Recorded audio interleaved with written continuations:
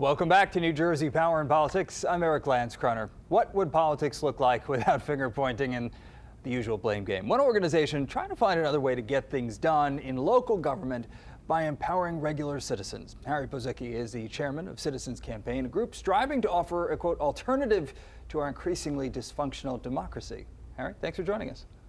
How are you today? I'm well, thanks for being on the show. All right, so first explain what Citizens Campaign is all about. How did it come into being? What was the impetus behind it? Well, we started to realize that our citizens were losing faith in their democracy. The backlog of problems just continues to mount. You can see in this year's presidential campaign how citizens are dissatisfied with both candidates, and they're beginning to withdraw from the civic arena.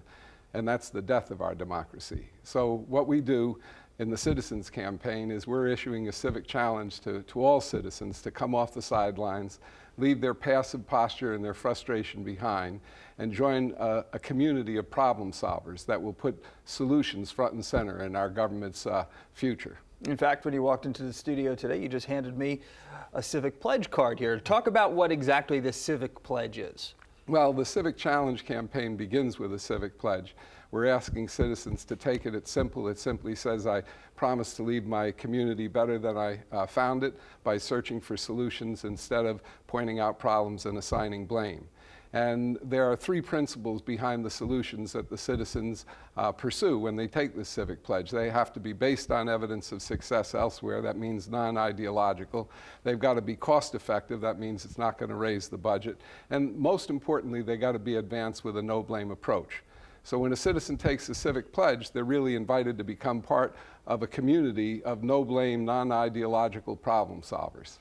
Talk about where you've started this initiative. You're focusing right now in a few communities in particular. Well, we piloted this to make sure that it would work over the past 2 years, and we piloted it in Trenton and Newark and Perth Amboy.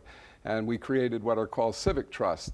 While the Civic Challenge campaign gives every citizen the opportunity to participate, even if they only have 5 minutes, those who are interested in serious service can give a year of their time in these civic trusts, a couple dozen people in each of the cities tackling the problems of their city, working with our experts to make their community better than they found it. Why start at the local municipal level as opposed to trying to tackle some state issues? Certainly things in the State House have been toxic lately. Well, I will tell you that the citizens who have used our principles have passed over 300 local laws. Some of them have gone on, several have gone on to be state laws, and some of them have national impact. But the most important thing is to start where there's easy access to start. And many of the biggest problems that face us today can be solved at the local level. You know, the greatest fighting force against terrorism is the New York Police Department. And people can combat the Zika virus by taking care of standing water in their own neighborhoods.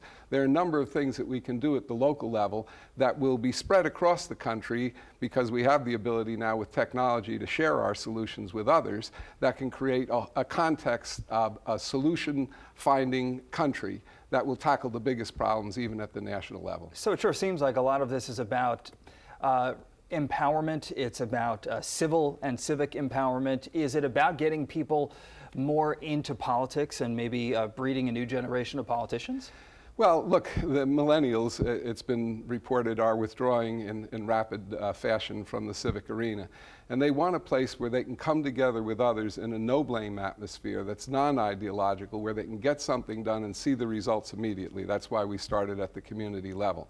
So if you invite people into an alternative kind of politics where they can make a difference and they're not going to get caught up in the blame game, it's transformative. And yes, that's what we're trying to do, is re-kickstart the engines of solution finding in our democracy. But yet, when you turn on the TV, you turn on the radio, you look online at any number of news sources, all you see is the blame game. All you see is one side shouting at the loudest possible decibel level at the other side, who is in turn engaging in the same activity, accusing one of something and vice versa. So how do you break that cycle? Well, if you can't find trust right now in the system, you can find trust in yourself. And if you come together with others based upon principles that the solutions are going to be cost effective and based on evidence of success and advanced in a no-blame fashion, then you're assured that you're not going into that frustrating, that negative, that blame game politics that's turning people off. Give me one quick example of the type of legislation that you were able to push through. Well, we don't advocate any particular. The citizens pick their own. So taking, for example, in Perth Amboy, the citizens were hit with the Superstorm Sandy. And so they started to look at what they could do to deal with their drainage infrastructure. And it could cost them tens and maybe hundreds of millions of dollars. But they decided to put together a plan for green infrastructure. They helped found a green team. They got a $500,000 grant, and now they're doing experiments with ways to retain rainwater so it doesn't surcharge the sewers and cost taxpayers millions of dollars. All right, Harry Pozycki, thank you so much for being here. Appreciate your time. Thank you, Eric.